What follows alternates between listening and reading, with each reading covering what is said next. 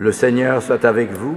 Et avec votre esprit. Bonne nouvelle de Jésus-Christ selon saint Luc.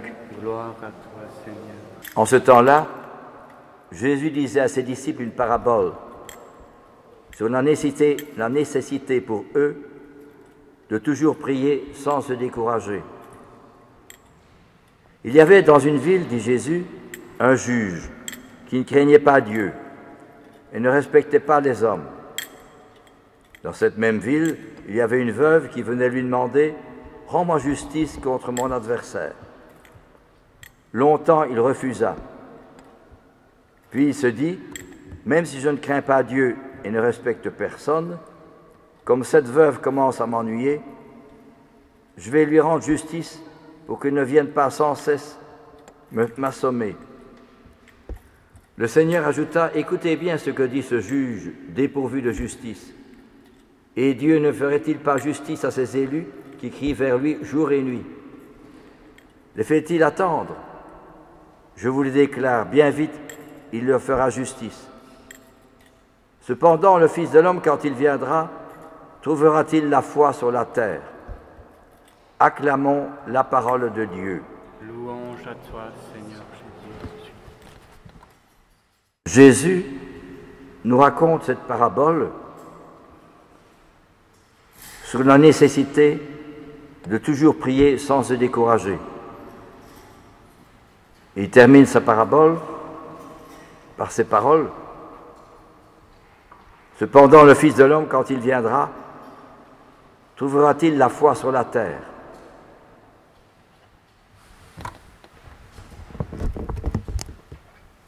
Qu'est-ce que c'est que la prière? Et l'on dira, mais j'ai tant prié et je n'ai pas obtenu. Et qu'est-ce que c'est que le Fils de l'homme trouvera-t-il la foi sur la terre quand il viendra?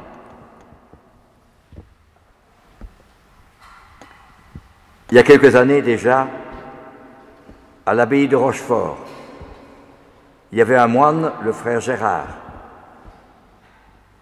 C'était un frère et un père, un religieux, un moine, qui était toujours discret, il ne parlait pas beaucoup. Et il était un jour à la porterie pour accueillir les personnes qui demandaient à rencontrer un moine ou qui demandaient de l'aide, soit pour manger, soit de l'aide financière. Et les confrères, les collègues du frère Gérard, ils lui préparaient le repas du midi. Et il prenait une petite tablette et il mettait son assiette sur la tablette pour manger à midi, pendant qu'il accueillait les gens qui venaient et les pauvres qui demandaient. Et un beau jour, les frères sont venus à 2 heures, donc c'était sur l'heure du midi, qu'il était à la porterie de l'abbaye de Rochefort. Et ses frères sont arrivés parce qu'ils ne le voyaient plus arriver à l'office de 14h15. Ils sont arrivés à la porterie et ils l'ont vu étendu à terre. Alors, ils se sont précipités. On a prévenu le médecin. Et le médecin a dit aux autres moines, mais enfin, vous donnez à manger à votre frère. Mais bien sûr, mais il n'a plus mangé depuis hier soir. Qu'est-ce que cela veut dire? Alors on s'est aperçu que ce frère Gérard, quand il y avait des pauvres, il donnait en cachette sa nourriture aux pauvres. Et lui se privait. Ça, c'était le frère Gérard. Sans rien dire, sans que personne ne le sache. Combien de fois l'a-t-il fait? Dieu le sait. Et alors, une autre fois, il n'était pas bien, il était malade, et on voyait qu'il était malade. On a prévenu le médecin, puis le médecin dit au frère Gérard, « Mais frère Gérard, pourquoi est-ce que vous n'avez pas prévenu plus tôt? On aurait pu soigner votre maladie. » Et le frère Gérard de répondre, « Quand on entre dans un monastère, on ne se plaint jamais. Ça, c'était le frère Gérard. Absolu dans son don de lui-même au bon Dieu. Et quand le frère Gérard s'est trouvé malade, je me souviens que je l'avais vu, j'allais prier devant le Saint-Sacrement, en dehors de l'office, il était là, à genoux, dans une extase merveilleuse. Il regardait le Saint-Sacrement, il était dans un autre monde. C'était beau de le voir. Et quand il a été hospitalisé, il a demandé au père abbé pour avoir le Saint-Sacrement dans sa chambre. On le lui a accordé. Et le frère Gérard n'avait Dieu d'esprit, de pensée, que de regarder tout le temps le Saint-Sacrement. Il était fasciné par la présence du Christ dans le Saint-Sacrement. Et il s'est éteint comme cela, dans ce regard émerveillé, fasciné, illuminé par la présence du Christ. Voilà un exemple merveilleux de quelqu'un qui a pris la prière au sérieux, qui a pris le bon Dieu au sérieux. Et tous les mois après son décès se sont empressés de prendre des souvenirs du frère Gérard. Un bic, l'autre une lettre, un autre, je me souviens d'un autre moine qui avait pris son montre, etc. Tellement il était un exemple, discret, effacé, mais vraiment illuminé par la présence du Christ en lui. Voilà où nous conduit la prière à travers les aléas et les difficultés et les problèmes. On n'obtient pas toujours ce qu'on veut, mais la prière est là pour nous laisser transfigurer, transformer par le Christ. Quand je vois tant de jeunes abîmés, que ce soit place Saint-Lambert ou que ce soit place des Guillemins, que c'est triste de voir toute cette jeunesse de 20 ans à 40 ans et plus, qui est tellement abîmée, il n'y a plus d'exemple, il n'y a plus de vie, il n'y a plus d'enthousiasme, il n'y a plus d'idéal. Ce n'est pas les jeunes qui vont au JMJ, Journée mondiale de la jeunesse, c'est tout le contraire. Et on a beau les remettre dans des institutions, ils recommencent à retomber dans l'alcool, la drogue, le suicide, et ils deviennent SDF. Et pourquoi? Parce qu'ils sont vides. Il n'y a plus de repère à un idéal de vie, à un exemple de vie, que nous montrent les médias, la culture d'aujourd'hui.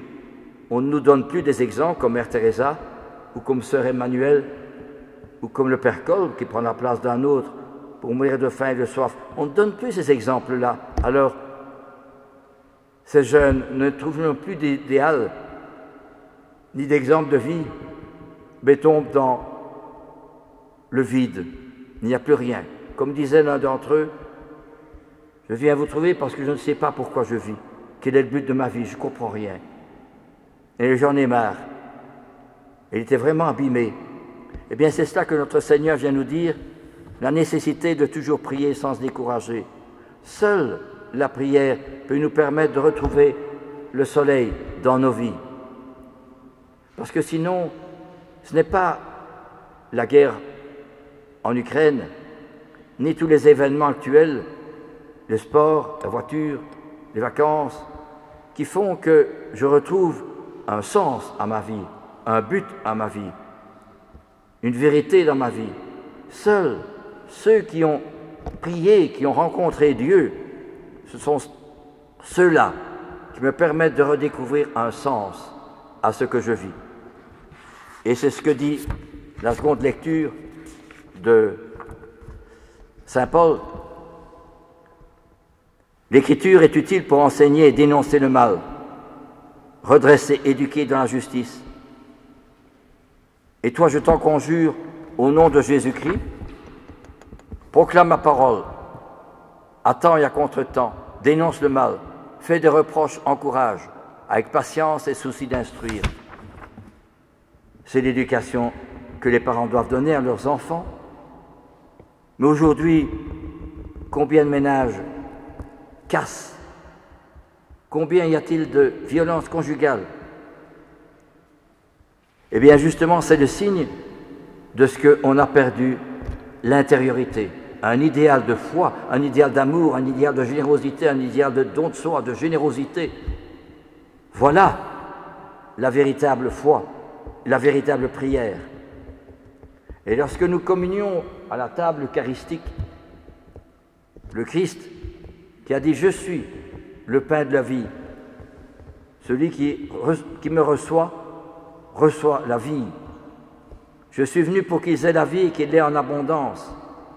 Et bien par le fait même de cette communion, je retrouve l'éclatement de la lumière du bon Dieu dans mon cœur.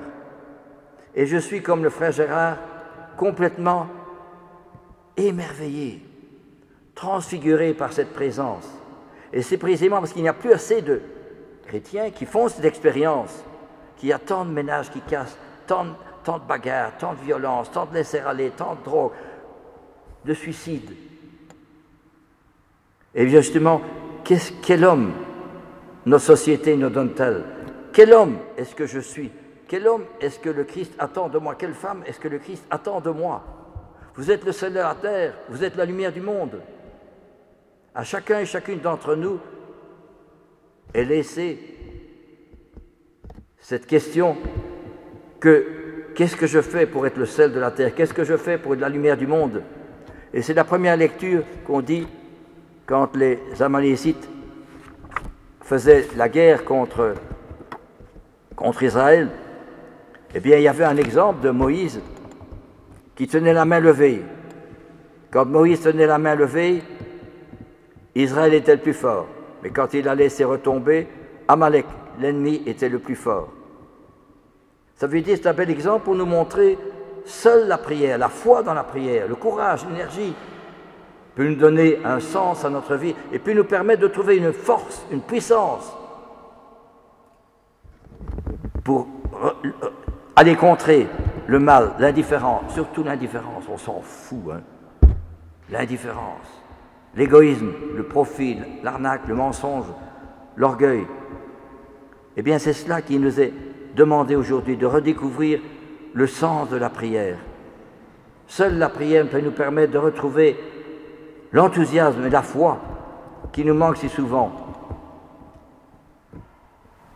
Pour ça que Charles de Foucault, à la fin de sa vie, disait « Vous me demandez si je suis prêt à aller ailleurs qu'à Béni-Abbès. Je suis prêt à aller au bout du monde et à vivre jusqu'au jugement dernier. » Et Thérèse de Lisieux disait « Je veux parcourir la terre entière, aller dans les îles les plus reculées et planter la croix glorieuse de Jésus-Christ. Je veux vivre depuis le début des siècles jusqu'à la consommation des siècles pour proclamer notre Seigneur Jésus-Christ. » Voilà ce que nous disent les saints. Seuls les saints peuvent nous permettre de bousculer, de casser le mur de l'indifférence, le mur du matérialisme dans lequel nous vivons, où tant de gens sont perdus, ne savent plus. J'ai connu une personne, j'allais la voir, leur rendre visite, était seule, séparée de son mari depuis longtemps, ses enfants aux quatre coins de Belgique, ou même ailleurs. Et elle me disait, j'en ai marre, j'ai envie de me suicider. Mais criez ça fort. Quand vous vous trouvez dans une telle situation, c'est fort quand même. Alors il faut, si nous avons l'occasion que vous connaissez des personnes qui sont malades, n'oubliez pas d'aller les voir, tenez la main de ces personnes et se trouvent seuls. Bien sûr qu'il y a des infirmières qui sont très bien, mais qui leur parle du bon Dieu? Qui leur parle du bon Dieu? Et c'est justement en prenant la main et en priant avec eux et avec elles, disant à notre Père, un Je vous salue Marie, ou quelque Je vous salue Marie avec foi, ça peut permettre de retrouver un véritable eugénisme, comme on fait aujourd'hui. Il faut laisser mourir, il faut même provoquer l'euthanasie, Eh bien, la véritable euthanasie, c'est permettre à ces gens-là de retrouver qu'il y a le ciel, qu'on est fait pour le bon Dieu. Hein. Aujourd'hui, on n'y croit plus. On ne croit plus au bon Dieu. Est-ce que nous autres, qui sommes ici, est-ce que vous croyez au ciel? Est-ce que vous croyez au bon Dieu? Et quand à la fin de notre vie, nous allons nous retrouver devant le bon Dieu, je ne savais pas. et moi qui vous parle, et chacun et chacune d'entre nous, est-ce que j'y crois? Et c'est précisément parce qu'on n'y croit plus aujourd'hui qu'il y a tant de jeunes abîmés, et tant de violence aussi parmi ces jeunes. C'est parfois des bombes à retardement, hein? Je vous parle d'expérience. Et justement, c'est pour cela que, ou bien, je crois dans la vie, le Christ est ressuscité, Dieu est vivant, ou bien tant pis, on laisse aller, on s'en fout. Et justement, c'est cette question profonde que le Christ me pose. Est-ce que tu y crois, toi?